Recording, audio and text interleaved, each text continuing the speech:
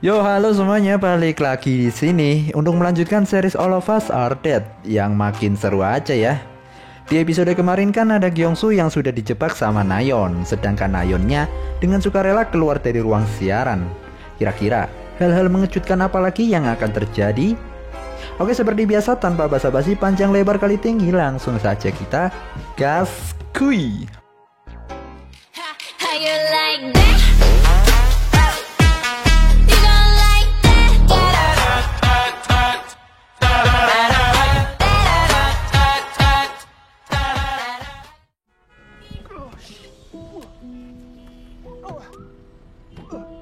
Di awal episode 4 ini dibuka dengan seorang vlogger yang biasa disebut dengan Jeruk Kupas, di mana dia akan pergi ke kota Hyosan untuk memastikan rumor yang beredar di internet bahwa kota Hyosan telah dipenuhi dengan zombie. Karena jalanan yang macet parah, dia pun memutuskan untuk lewat pegunungan sembari menunjukkan perlengkapan yang dia bawa, kayak pelindung tubuh, jajanan buat ngemil, dan yang pasti sebuah kapak buat nebang pohon. Nah, enggak lah, buat jaga-jaga saat menghadapi zombie nanti.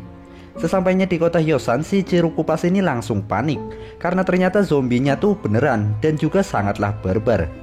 Dan seperti netizen di negeri Wakanda ya, mereka yang menonton ada saja yang bilang kalau zombie-zombie itu cuma settingan.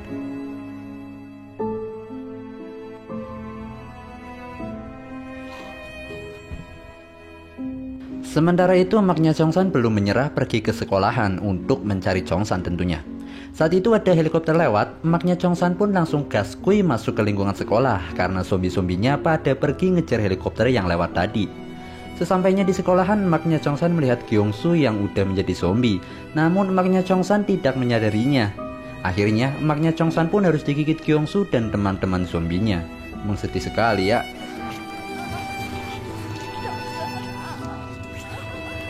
Para zombie pun gaskui setelah melihat helikopter yang lewat.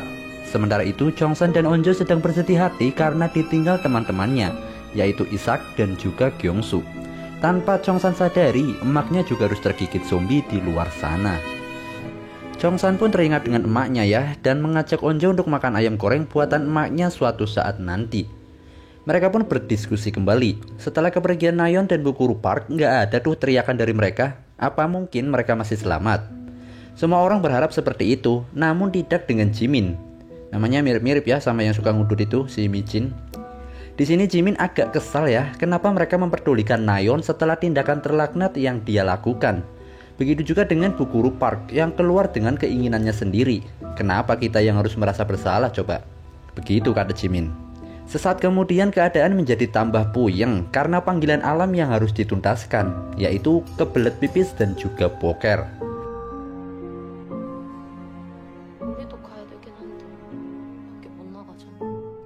Di tempat lain, Enji yang gak jadi terjun bebas mulai merasakan kegabutan karena bantuan yang tak kunjung datang.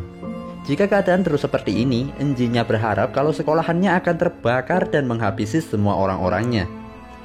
Balik lagi ke ruang siaran, di mana Daesu menemukan ide brilian dan cemerlang, out of the box lah pokoknya, bahwa mereka bisa menggunakan jendela sebagai toilet dadakan. Dia pun mempraktekannya, bagaimana caranya pipis dan boker di jendela dengan cara yang baik dan benar. Tentu saja teman-temannya pada ogah melakukannya.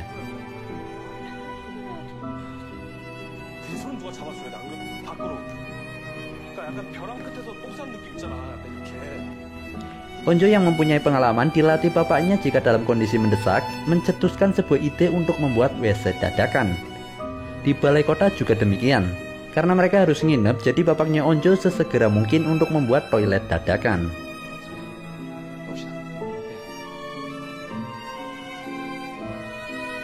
Dengan perlengkapan yang seadanya, mereka pun membuat toilet yang seadanya juga.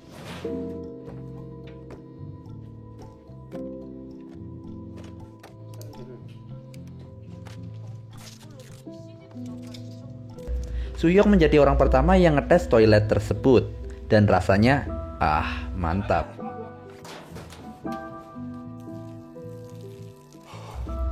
Dan namanya juga dadakan, jadi aroma semerbak mewangi pastilah menyelimuti seluruh sudut ruangan.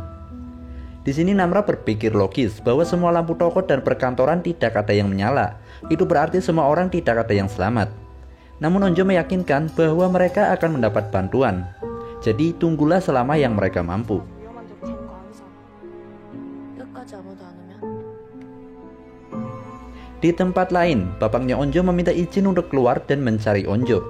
Perdebatan pun terjadi ketika bapaknya Onjo kekeh ingin keluar walaupun dia harus dipecat dari pekerjaannya, atau bahkan mati sekalipun bapaknya Onjo tidak masalah.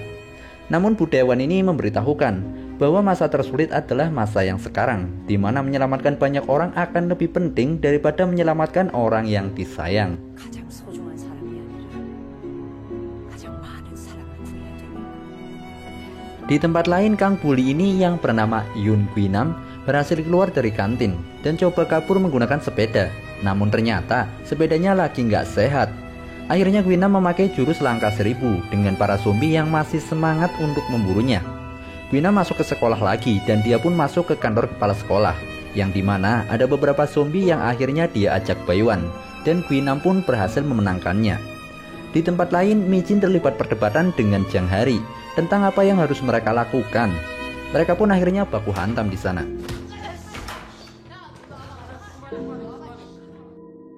Di sisi lain, Cirukupas sudah kena mental menghadapi para zombie ini. Dia pun memutuskan mencari tempat aman sembari menunggu bantuan yang datang. Mimin terkejut ya ketika melihat tetangga Mimin ikutan komen juga. Si Fatin ini anaknya Bu Happy. Cirukupas pun masuk ke sebuah TK yang dia kira aman, nyaman, dan tentram, tapi ternyata banyak zombie bocil di sana.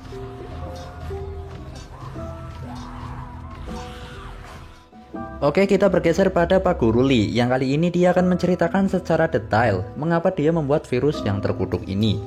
Dimana anaknya selalu saja jadi korban bully di sekolah, namun sekolahan tidak menganggapnya dengan serius. Dan dengan hanya surat pernyataan maaf untuk tidak melakukan pembulian, mereka anggap itu sudahlah cukup.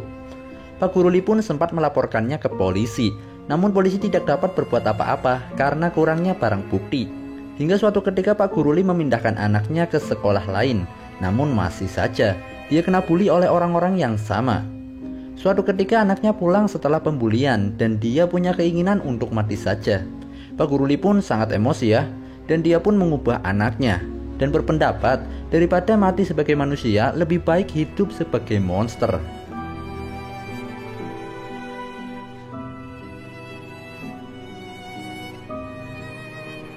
Pak polisi yang bernama Jae-ik ini merasa sangat marah dengan pengakuan yang diucapkan oleh Pak Guru Lee. Dia pun menanyakan di mana obat penawarnya. Pak Guru Lee menjawab tidak ada, karena sampai saat ini Pak Guru Lee belum berhasil membuat obat penawarnya.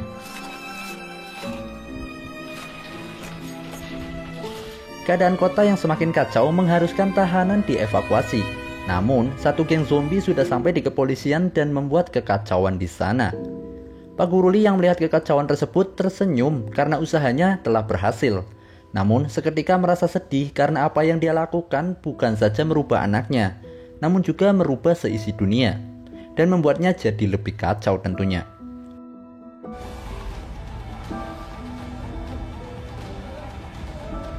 Pak Guru Lee pun mengorbankan dirinya untuk menahan para zombie dan menyuruh polisi Jae-ik untuk pergi ke lab science di SMA Hyosan karena di laptop miliknya ada solusi untuk mengatasi ini semua. Pak Guru Lee pun akhirnya harus jadi santapan para zombie.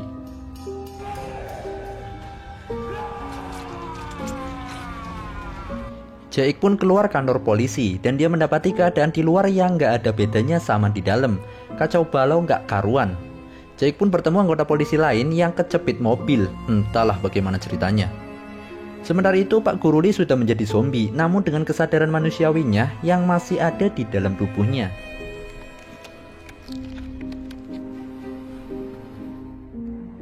Sementara itu Jae-ik dan rekannya, kita panggil saja dia Joko ya, berencana pergi ke BNPB atau Badan Nasional Penanggulangan Bencana, supaya tim penyelamat bisa mengambil laptop Pak Guru Lee di SMA Hyosan.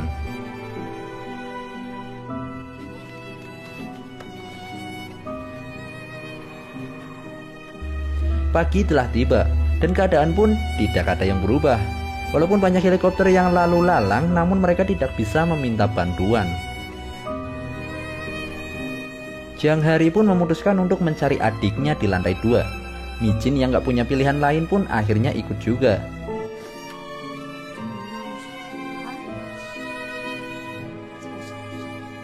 Sementara itu di ruang siaran, Onjo mempunyai ide untuk membuat sinyal bantuan seperti yang diajarkan ayahnya.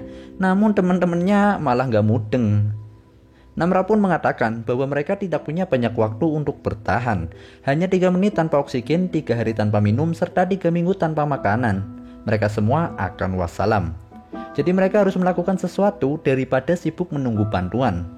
Mereka pun membutuhkan informasi agar dapat melakukan hal yang tepat, yaitu dengan menggunakan HP plus internet tentunya. Di tempat lain, Enji-nya marah-marah sama Kim Chol-soo karena ternyata video 18+++-nya telah diupload dan otomatis akan tayang saat jam 9 pagi. Semua itu bisa dibatalkan kalau Chol-soo-nya kasih duit sama Kang Bully Guinam. Tapi kan ya, lagi banyak zombie kayak gini, mana bisa. Menyadari videonya akan segera tayang, Enji-nya pun berniat lagi untuk terjun bebas. Namun percuma saja ya kan. Walaupun Enji-nya wassalam, videonya akan tetap dinikmati semua orang. Jadi Enji pun memutuskan untuk pergi dan mencari HP-nya. Sebelum videonya tayang otomatis pada jam 9 pagi ini. Chol-soo yang udah kena mental gak mau ikut turun buat nemenin Enji. Sementara itu Chongsan dan Soo-hyuk memutuskan pergi ke ruang guru untuk mengambil HP. Di tengah jalan, Chongsan menanyakan bagaimana perasaan Soo-hyuk terhadap Onjo. Soo-hyuknya pun mulai cengar-cengir ya, karena menyadari kalau Chongsannya ini punya rasa terhadap Onjo. Mereka pun melanjutkan perjalanannya dengan bersusah payah. Sementara itu Enji yang main terobos aja akhirnya dapat dibegal kawanan zombie. Namun setelah itu Enji-nya masih tersadar dan zombie pun tak bernafsu lagi terhadap Enji. Chongsan dan Soo-hyuk pun sampai di ruang guru, di mana ada Enji yang lagi berusaha hancurin semua HP yang ada di ruang guru. Namun usahanya sia-sia karena video 18+++-nya sudah terupload. Chongsan pun mengambil salah satu HP yang terjatuh, namun usahanya diketahui oleh Enji. Kekacauan pun terjadi. Sialnya HP tersebut sudah mati, jadi Chongsan harus mengambil yang lain. Karena kekacauan itu, Chongsan dan Soo-hyuk pun harus terpisah.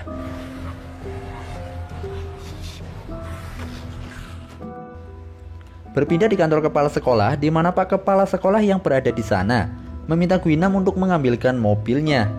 Guinamnya ogah dong, dan dia pun hendak memanfaatkan Pak Kepala Sekolah untuk menjadi tamengnya saat melawan zombie. Sementara itu di balai kota akan ada helikopter penyelamat di atas gedung. Bapaknya Onjo pun menahan para zombie dengan semburan air segar di pagi hari. Lumayan kan?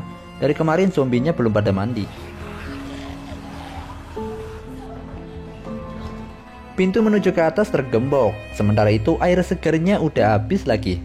Padahal zombie-zombie lain terus berdatangan. Hingga akhirnya bapaknya Onjo kena tubruk juga sama si zombie. Zombie pun sempat menggigit lengannya, yang dimana ada pelindung yang telah terpasang. Akhirnya bapaknya Onjo masih terselamatkan dan sehat walafiat. Bapaknya Onjo pun melemparkan smoke dan helikopter bantuan pun datang. Balik lagi sama Chongsan yang lagi jadi buronan para zombie. Chongsan dapat menyelamatkan diri dengan masuk ke ruang kepala sekolah, yang dimana ada Guinam lagi menyandera kepala sekolah. Chongsan pun merekamnya, yang pada saat itu juga Guinam membunuh kepala sekolah.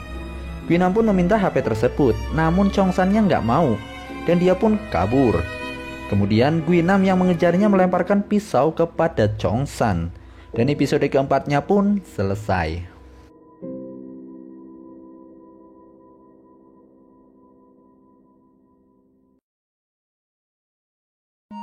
Yos, berakhir sudah untuk episode yang keempat. Nampaknya tambah suram aja ya, karena kali ini bukan hanya zombie yang harus Chongsan lawan.